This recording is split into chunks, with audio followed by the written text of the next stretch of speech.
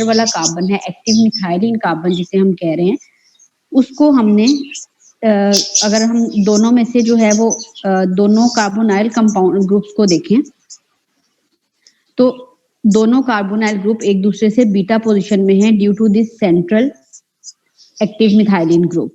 इस वजह से इसको हम बीटा डाइकीटोन्स कह रहे हैं। डाइकीटोन है but both the keto groups are at beta position to one another. इसी तरह से बीटा कीटो एस्टर है, वन साइड पे कीटोन ग्रुप है, on the other side there is ester group. उसके अलावा beta di ester di methyl malonate, beta di ester है जिसमें कि दोनों साइड पे एस्टर ग्रुप है। बीटा डाई कीटोन में दोनों साइड पे कीटोन ग्रुप था विथड्रॉइंग, बीटा कीटो एस्टर में वन साइड पे कीटोन एंड वन साइड पे एस्टर था, लेकिन बीटा डाई एस्टर में दोनों साइड पे जो है वो एस्टर ग्रुप है। उसके बाद है सायानोएस्टिक एस्टर। सायानोएस्टिक एस्टर में क्या है कि वन साइड पे एस्टर ग्रुप है लेकिन दूसरी साइड पे जो है वो सायानाइड ग्रुप है। अब ये जो सायानाइड ग्रुप है इसमें आपका C ट्रिपल बॉन्ड N है, it can also participate in resonance structure. इस वजह से ये भी आपका इलेक्ट्रॉन विथड्रॉइंग ग्रुप एक्ट करता है और CH2 की स्टेबिलिटी को एनहांस करता है।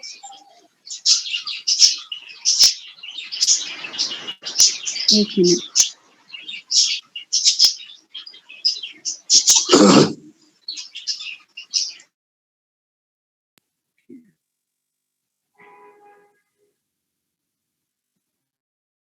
there are some more compounds.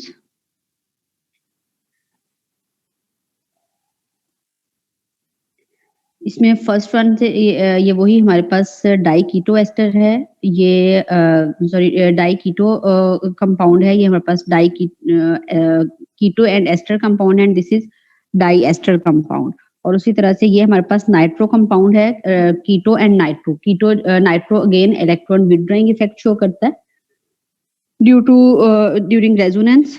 और इसी तरह से ये सायानाइड है। अब ये जो हमारे पास एक्टिव मिथाइलिन कंपाउंड है वो साइक्लिक भी हो सकते हैं, क्योंकि साइक्लिक स्ट्रक्चर में अगर आपके पास मिथाइलिन के दोनों साइड पे इलेक्ट्रॉन विथड्रॉइंग ग्रुप है then it can act as active methylene, और यहाँ पे जो भी रिएक्शन होगा इन दो हाइड्रोजन्स की वजह से होगा। तो हमारे पास जो एक्टिव मिथाइलिन कंपाउंड है वो साइक्लिक नेचर में भी हो सकते हैं।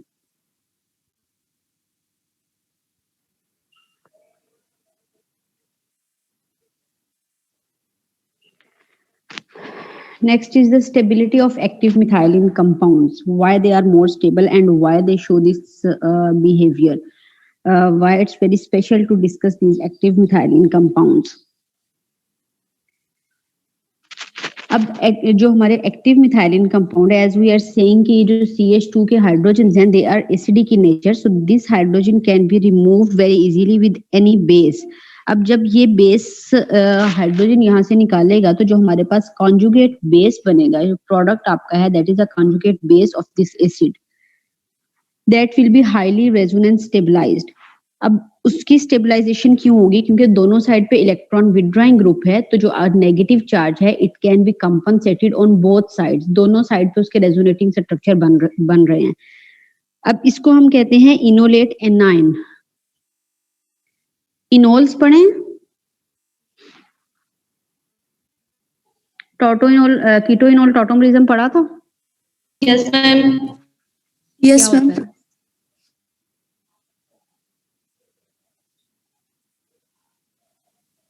मैम एक साइड पे कीटोन ग्रुप होता है और एक उसी कंपाउंड में साथ में अल्कोहलिक ग्रुप भी होता है। लेकिन जब उनका सेकंड फॉर्म बनती है आइसोमरिज्म की तो उसमें क्या होता है? मैम CH2 ग्रुप से CH3 ग्रुप से hydrogen CH2 bond double bond generate होता है। Carbon carbon double bond generate होता है, कार्बन ऑक्सीजन का डबल बॉन्ड टूटता है और कार्बन में डबल बॉन्ड जनरेट होता है। सेम वही सिनेरियो यहाँ पे हो रहा है। आपका जो इनोलेट जो कार्ब एनाइन बना था वो कंजुगेशन के थ्रू इनोलेट आयन में कन्वर्ट होता है कि एक साइड का जो कार्बोनाइल ग्रुप है वो कार्बन ऑक्सीजन बॉन्ड से कार्बन कार्बन बॉन्ड में शिफ्ट हो जाता है। अब इसमें चूंकि फर्दर भी कॉन्जुगेशन है, जो थर्ड इलेक्ट्रॉन विथड्रॉइंग ग्रुप आपका दूसरी साइड पे लगा हुआ था वो भी कॉन्जुगेशन में आ रहा है, तो यहाँ पे आपकी एक्स्ट्रा स्टेबिलिटी आ जाती है क्योंकि एक और रेजोनेटिंग स्ट्रक्चर बन रहा है। तो ये जो एक्स्ट्रा रेजोनेंस स्टेबलाइजेशन है इस इनोलेट एनाइन की, it makes the hydrogen atom more acidic and hydrogen adjusting to the single carbonyl carbon. Mean अगर वो एक कार्बोनाइल कार्बन के साथ अटैच है तो उसकी निस्बत इस मिथाइलिन वाले हाइड्रोजन जो है they will be more acidic because their conjugate base is making more resonance stabilization structures. कोई इशू तो नहीं है यहाँ तक? मैम विनाइल अल्कोहल और ये इनॉल में कोई डिफरेंस होगा कि नहीं? No ma'am. नहीं, उसमें डिफरेंस नहीं होता, लेकिन यहाँ पे जो विनाइल अल्कोहल और अल्कोहल है सॉरी इनोल है, उसमें क्या है कि आपके पास वन कार्बोनाइल फंक्शनैलिटी है। यहाँ पे जो इनोलेट एनाइन बन रहा है उसमें आपके पास टू कार्बोनाइल फंक्शनैलिटीज हैं, जिसकी वजह से वो ज्यादा स्टेबल हो रहा है, उसके रेजोनेटिंग स्ट्रक्चर्स ज्यादा बन रहे हैं, उसका जो नेगेटिव चार्ज है वो ज्यादा कंपनसेट हो रहा है।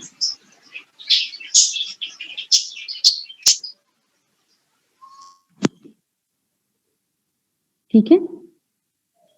Yes ma'am. Okay.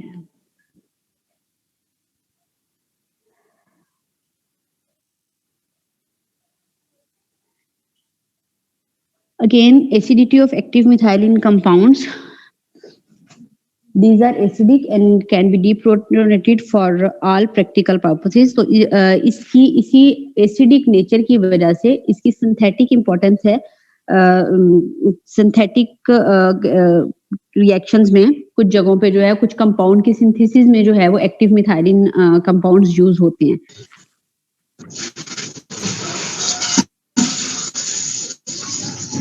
These can be deprotonated irreversibly using common strong base such as hydroxide ion or alkoxide ion. Mean कोई भी आप strong base use करो तो आप easily active methylene group में से hydrogen remove कर सकते हो, and this जिस तरह से आपका simple जो जिस तरह inorganic acids हम कहते हैं कि they are strong acid, तो उसमें से हाइड्रोजन रिलीज हो जाए तो देन एक स्टेबलाइजेशन वहां पे जो है वो डेवलप होती है रिवर्सिबल रिएक्शन में। उसी तरह से यहाँ पे है कि यहाँ पे जो रेजोनेटिंग स्ट्रक्चर है it will make it stable जो एनाइन बन रहा है, जिसकी वजह से जो है वो आपका फॉरवर्ड रिएक्शन ज्यादा होता है और एसिडिक नेचर उसकी ज्यादा प्रोमिनेंट हो जाती है।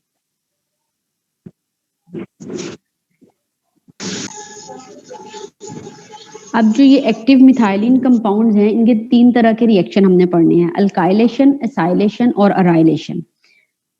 अल्काइलेशन क्या है? इंट्रोडक्शन ऑफ अल्काइल ग्रुप, यही होती है अल्काइलेशन।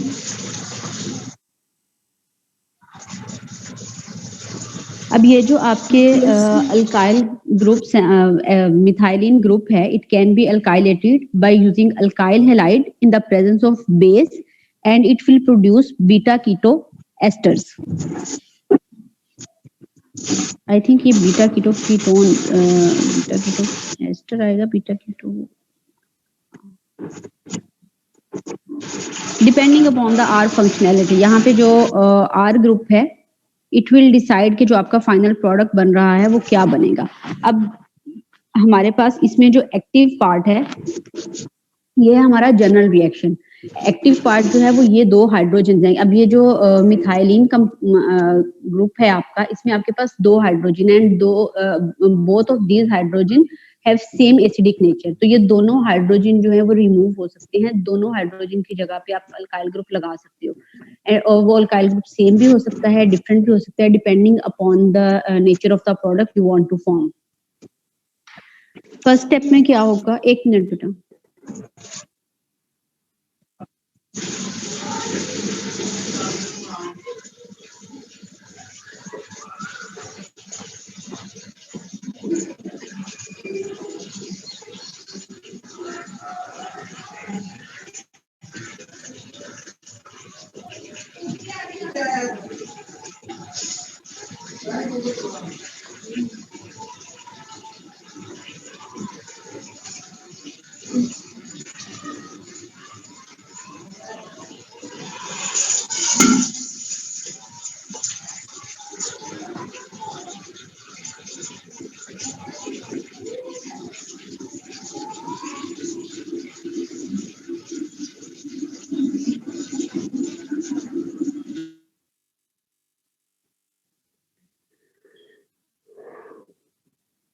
ओके,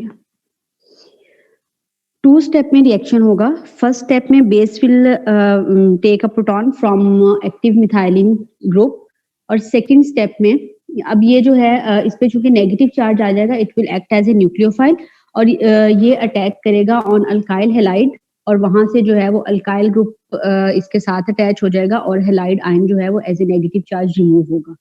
अब अगर हम सेकंड स्टेप भी करवाएंगे अल्काइलेशन का, तो आपका जो सेकंड हाइड्रोजन है it will also be removed, और दोनों हाइड्रोजन की जगह पे अल्काइल ग्रुप अटैच हो जाएगा। मैकेनिज्म क्या है अल्काइलेशन का?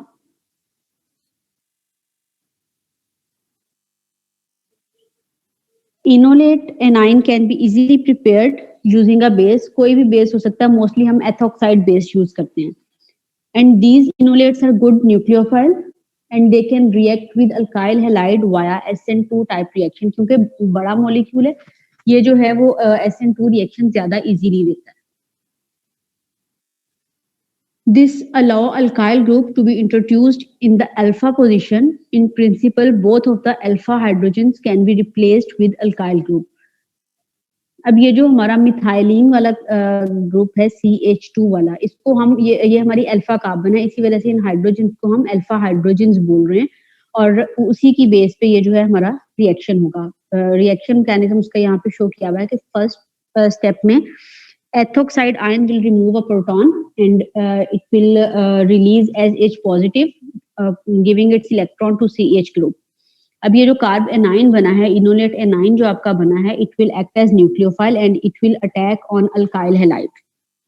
जो भी अल्काइल ग्रुप आपने अटैच करना है हाइड्रोजन की जगह पे, it will be a part of alkyl halide. ये अल्काइल ग्रुप पे अटैक करेगा, हेलोजन एटम वहां से रिमूव होगा, और आपके पास जो है वो अल्काइल ग्रुप अटैच हो जाएगा in place of hydrogen. First step जो है it is acid based reaction, के एसिड ने बेस के साथ रिएक्ट किया और वहां से हाइड्रोजन निकाल दिया।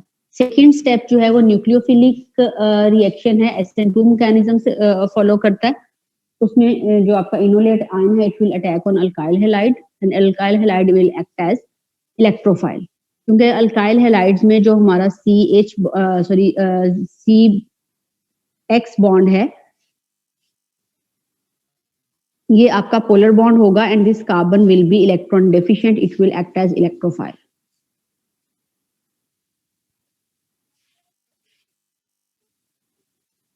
क्लियर है मैकेनिज्म इसका? Yes ma'am. ओके, अब अगर हम डाई हैलाइड्स को यूज करके अल्काइलेशन करवाएं, तो क्या होता है कि हमारे पास अब हमने अल्काइलेशन करवाई, लेकिन जो अल्काइल ग्रुप हमने अटैच किया था उसके सेकंड एंड पे अगेन एक अल्काइल ग्रुप लगा हुआ है। अब उसमें जो सेकंड रिएक्शन होगा, उसमें इंटरनल ही उसकी रिएक्शन इंटरनल अल्काइलेशन हो जाएगी। आपका कोई और अल्काइल ग्रुप, आपको अल्काइल हैलाइड का मॉलिक्यूल अटैक नहीं करवाना पड़ेगा। फर्स्ट स्टेप में उसी तरह से आपका जो है वो हाइड्रोजन यहाँ से रिमूव होगा, इनोलेट एनाइन बन गया, it will attack on alkyl halide. अब यहाँ पे आपके पास जो है वो ये अल्काइल हैलाइड यूज हुआ है। अब इसके दोनों एंड्स पे हेलोजन ग्रुप मौजूद है। जी, इनोलेट एनाइन क्या होता है? इनोलेट एनाइन बेटा अभी हमने स्टार्ट में इंट्रोडक्शन में डिस्कस किया है कि जो हमारा एनाइन बनता है उसको हम इनोलेट एनाइन बोलते हैं। यहां से एक मिनट, ये जो आपका यहाँ पे एनाइन बन रहा है ना, उसको हम इनोलेट एनाइन बोल रहे हैं, क्योंकि वो रेजोनेंस से इनोल फंक्शनैलिटी को शो कर रहा है। Okay ma'am. जी, आपकी आवाज कट रही है।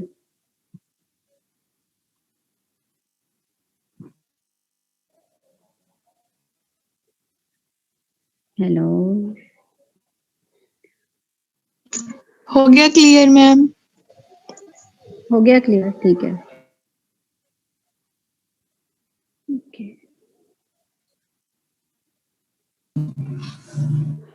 डाई हैलाइड्स के साथ अगर आप ट्रीट करेंगे तो अब आपका यहाँ पे जो फंक्शनल ग्रुप लगा है उसके दूसरे एंड पे एक और अल्काइल ग्रुप मौजूद है।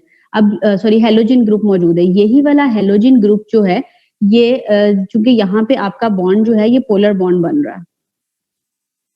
ये वाला जो CH बॉन्ड है यहाँ पे ये पार्शियल पॉजिटिव कार्बन होगा। तो आपका जो मॉलिक्यूल बना है उसके अंदर ही इलेक्ट्रोफिलिक सेंटर मौजूद है। इस वजह से जो सेकंड स्टेप में जब बेस ये सेकंड वाला हाइड्रोजन निकालेगा, इस कार्बन के ऊपर नेगेटिव चार्ज आएगा, तो ये बाहर किसी सेकंड मॉलिक्यूल पे अटैक नहीं करेगा, बल्कि ये अपने अंदर ही मौजूद इलेक्ट्रोफिलिक सेंटर पे अटैक करके साइक्लिक स्ट्रक्चर्स बना देगा। ठीक है, तो डाई हैलाइड्स के साथ अगर हम अल्काइलेशन करवाएंगे तो हमारे पास साइक्लिक स्ट्रक्चर्स बनेंगे। अगर हम सिंगल मोनो हैलाइड्स के साथ करवा रहे हैं तो हमारे पास स्ट्रेट चेन स्ट्रक्चर्स आएंगे। मैम ये रिपीट कर दें दोबारा से। अगर आप डाई हैलाइड के साथ रिएक्शन करवा रहे हो, मीन ऐसा कंपाउंड जिसमें 2 हैलोजन ग्रुप्स मौजूद हैं, ठीक है। अब यहाँ पे जो ग्रुप है BrCH2CH2Br मीन इथेन है, इथेन के दोनों साइड पे हैलोजन ग्रुप लगा हुआ है, डाई ब्रोमो इथेन। अब यहाँ पे क्या हुआ कि एक कार्बोनाइल कार्बन ने सॉरी ये जो यहाँ से आपका हाइड्रोजन रिमूव हुआ तो इस कार्बन के ऊपर नेगेटिव चार्ज आ गया। ये नेगेटिव चार्ज आपका इस डाई हैलाइड पे अटैक करेगा। अब इसमें 2 इलेक्ट्रोफिलिक सेंटर्स हैं। ये वाली कार्बन भी पार्शियल पॉजिटिवली चार्ज है, ये वाली कार्बन भी पार्शियल पॉजिटिवली चार्ज है, लेकिन नेगेटिव चार्ज आपके पास एक है, न्यूक्लियोफाइल एक है। तो एक न्यूक्लियोफाइल एक टाइम पे एक ही इलेक्ट्रोफाइल पे अटैक कर सकता है। तो ये एक कार्बन के साथ बॉन्ड बना के उसका हैलोजन एटम रिमूव कर देगा, लेकिन जो दूसरी कार्बन के साथ हैलोजन एटम लगा हुआ था वो उसी तरह से वहां पे अटैच रहेगा। इसी तरह से ये पूरे का पूरा स्ट्रक्चर जो है आपके कार्बन के साथ अटैच हो गया इन प्लेस ऑफ हाइड्रोजन। अब सेकेंड स्टेप में क्या होगा, बेस आपके रिएक्शन मीडिया में मौजूद है। बेस जो है वो यहां से आपका सेकेंड प्रोटॉन भी निकाल लेगा। ठीक है, ये सेकेंड प्रोटॉन भी बेस ने रिमूव किया तो इस कार्बन पे अगेन नेगेटिव चार्ज आ गया। अब यहाँ पे ये जो आपका इलेक्ट्रोफिलिक सेंटर है, ये जो जहां पे आपका हैलोजन ग्रुप अटैच है उसके साथ वाली जो कार्बन है that will be partial positive due to electronegativity difference. तो ये आपका इलेक्ट्रोफिलिक सेंटर होगा इनसाइड दिस मॉलिक्यूल। तो न्यूक्लियोफाइल जो है it will attack on electrophilic centre inside the molecule rather than कि वो दूसरे मॉलिक्यूल पे जाके अटैक करे। तो यहाँ पे आपका जो है वो साइक्लिक स्ट्रक्चर बन जाएगा, क्योंकि ये वाली कार्बन जब इसके साथ अटैच होगी तो रिंग क्लोज हो जाएगा ना आपका। थैंक यू समझ में मैम। आया? यस मैम, आ गई है समझ। मैम जी मैम कुछ बच्चे ना क्लास ज्वाइन नहीं कर रहे, उनको लॉग आउट दे। एक मिनट, यहाँ पे मेरे पास कोई भी जो है ना वो वेटिंग में नहीं आ रहा। मैम ये रिएक्टेंट, ये जो पहले रिंग बन रहा है उसमें 5 कार्बन बनते हैं, पीछे देखें तो, और एक प्रोडक्ट वाले मिनट, में 4 है।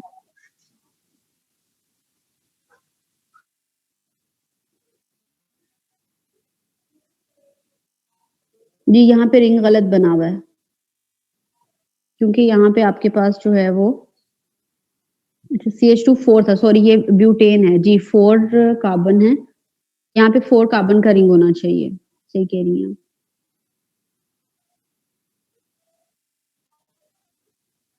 हाँ ये वाला रिंग यहाँ पे जो है ना ये गलत बना हुआ है, ये आपका 4 ग्रुप का रिंग होगा।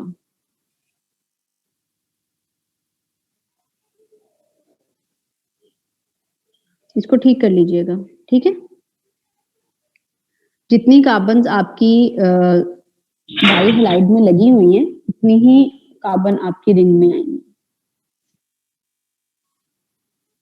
मैम यहाँ पे नहीं 4 ही है। सही है क्योंकि जो 5th कार्बन है वो आपकी मिथाइलिन ग्रुप की कार्बन है।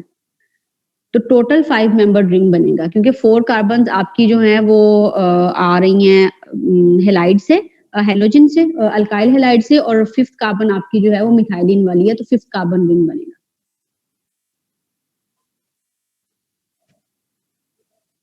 क्लियर है?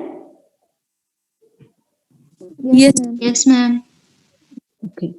जो हमारे डाई हैलाइड्स होते हैं, अगर डाई हैलाइड के साथ हम रिएक्शन करवा रहे हैं तो वो वहां पे हमारे पास 5 या 6 मेंबर रिंग जो है वो इजीली बन जाता है, क्योंकि 4 मेंबर रिंग और जो 3 मेंबर रिंग है उनकी चूंकि स्टेबिलिटी कम होती है, उनमें रिंग स्ट्रेन एंगल स्ट्रेन ज्यादा होता है, इस वजह से 3 और 4 मेंबर रिंग आसानी से नहीं बनते। डाई हैलाइड मॉलिक्यूल अगर होगा तो उसमें 5 मेंबर या 6 मेंबर रिंग जो है वो ज्यादा आसानी से बनेंगे अगर साइक्लिक स्ट्रक्चर आपको बनाना है। ठीक है।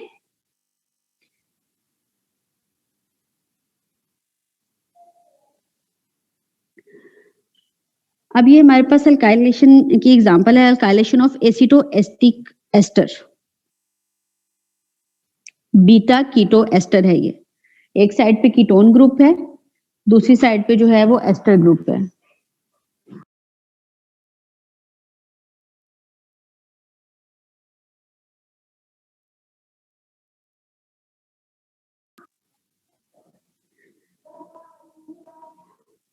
अब इसमें आपके पास क्या है, एसिटोएस्टिक एस्टर। अब आपने एक प्रॉपर कंपाउंड लिख दिया, जहां पे पहले हम दोनों साइड पे आर लिख रहे थे इस कार्बोनाइल फंक्शनैलिटी के, वहां पे हमने जो है वो ग्रुप्स मेंशन कर दिए। तो ये कंपाउंड नेम जो है इट इज एसिटोएसिटिक एस्टर।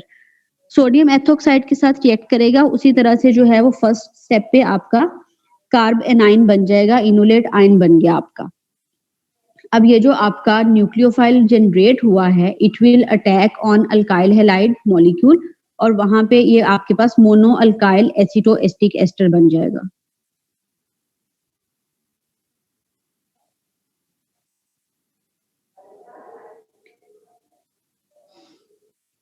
इसी तरह से अगर आप सेकंड स्टेप करवाएंगे तो वो डाई अल्काइल एसिटोएसिटेट एस्टर बन जाएगा। ठीक है।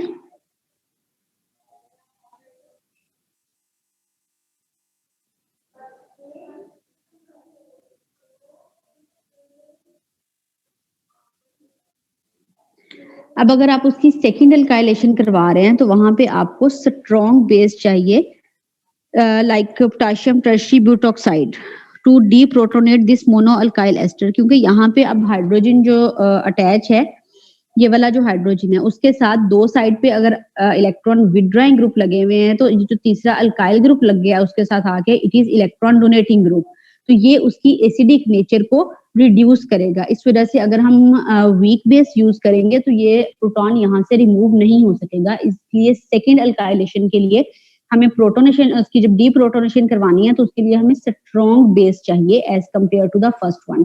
जो पहला रिएक्शन है मोनो अल्काइलेशन का, वहां पे डीप्रोटोनेशन ज्यादा इजीली हो जाएगी, क्योंकि वहां पे CH2 के जो हाइड्रोजन है दे आर मोर एसिडिक, लेकिन जब उसके साथ एक अल्काइल ग्रुप लग गया तो वो इलेक्ट्रॉन डोनेट करके उसको कंपनसेट कर रहा है, तो इसलिए वहां पे जो है वो हमें स्ट्रॉन्ग बेस रिक्वायर होगा for removal of hydrogen atom.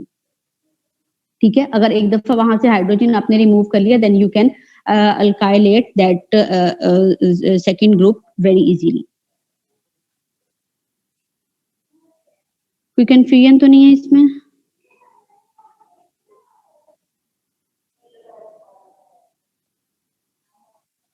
Clear है? मैम मिलेनिक एसिड जी, दो लोग बोल रहे हैं, बारी बारी बोले।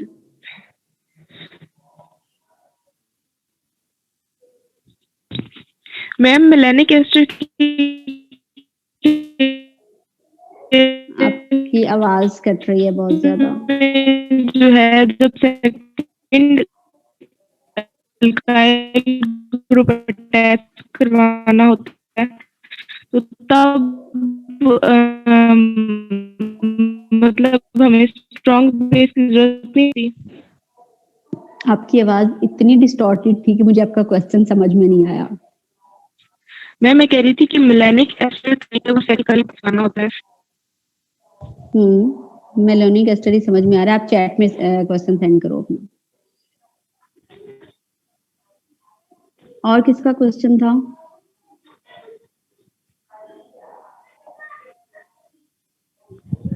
मैम डाई अल्काइलेशन में साइक्लिक कंपाउंड क्यों नहीं बना? यहाँ पे आपकी जो डाई अल्काइलेशन करवा रहे हो वो आपका डाई हेलाइड होना चाहिए वहां पे साइक्लिक कंपाउंड के लिए। ये जो अल्काइल हेलाइड आप यूज कर रहे हो ये डाई हेलाइड होना चाहिए कि उसमें 2 हेलोजेंस ग्रुप लगे हुए हों, क्योंकि यहाँ पे आपने जो अल्काइल ग्रुप अटैच किया है उसके साथ कोई भी हेलोजन ग्रुप अटैच नहीं है। डाई हेलाइड होगा, यहाँ पे अल्काइल ग्रुप जो आ रहा है उसके एंड पे एक हेलोजन एटम रह जाएगा जिसको रिमूव करके जो है वो साइक्लिक स्ट्रक्चर बनेगा। यहाँ पे क्या है कि 2 स्टेप में आप कर रहे हो, पहले एक हाइड्रोजन आपने रिमूव किया, उसके बाद जो मिथाइलिन ग्रुप का दूसरा हाइड्रोजन था उसको भी आप रिमूव करके उसकी जगह पे भी अल्काइल ग्रुप अटैच कर रहे हो। ठीक है? Yes ma'am.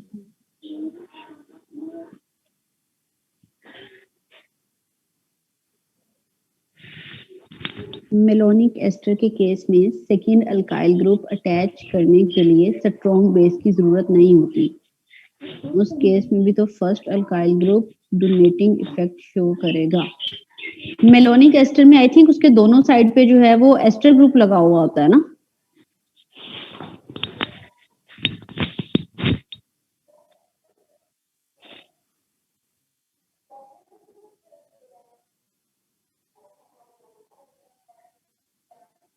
पता नहीं, मैंने जो है वो इस चीज को नहीं देखा कि मेलोनिक एस्टर के लिए जो है वो क्या कंडीशन है। बहरहाल इसको मैं चेक करूंगी फिर आपको बताऊंगी, ठीक है? कि अगर मेलोनिक एस्टर में हम लेकिन देखें जो हम सोडियम एथोक्साइड यूज कर रहे हैं वो भी बहुत वीक बेस तो नहीं है।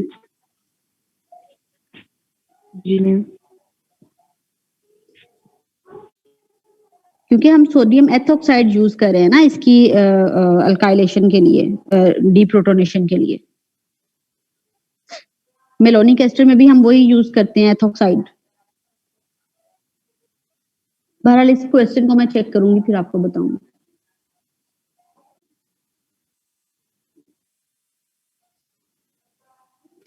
मैम इस रिएक्शन में आपने पोटाशियम टर्शियरी ब्यूटॉक्साइड यूज किया हुआ है, इसमें क्यों नहीं किया सोडियम एथोक्साइड? यही तो आपको बता रही हूँ कि यहाँ पे जो है ना हमारा जो हम ये कह रहे हैं कि जो आर ग्रुप है आपका वो चूंकि इलेक्ट्रॉन डोनेटिंग है तो यहाँ पे आपको सेकेंड टाइम पे प्रोटॉन रिमूव करवाने के लिए स्ट्रॉन्ग बेस चाहिए होगा as compare to the Okay, first ma'am. One. क्योंकि जो पहला और किसी ने क्वेश्चन यही किया है, किसने किया है वो क्वेश्चन कि मेलोनिक एस्टर के केस में हम जब सेकेंड ग्रुप करवाते हैं उसकी second carbon second hydrogen remove करवाने के लिए हमें स्ट्रॉन्ग बेस नहीं चाहिए होता, तो ऐसा क्यों है? Okay, ma'am. I think ester जो है वो हमारे पास एक्टिव मिथाइलिन कंपाउंड में नहीं आता कि एक्टिव मिथाइलिन कंपाउंड में आता है। मेलोनिक एस्टर का आगे मेरा ख्याल है कि डिस्कस किया हुआ है। मैम जो पहली एग्जांपल आपने की है वो मेलोनिक एस्टर की है ना?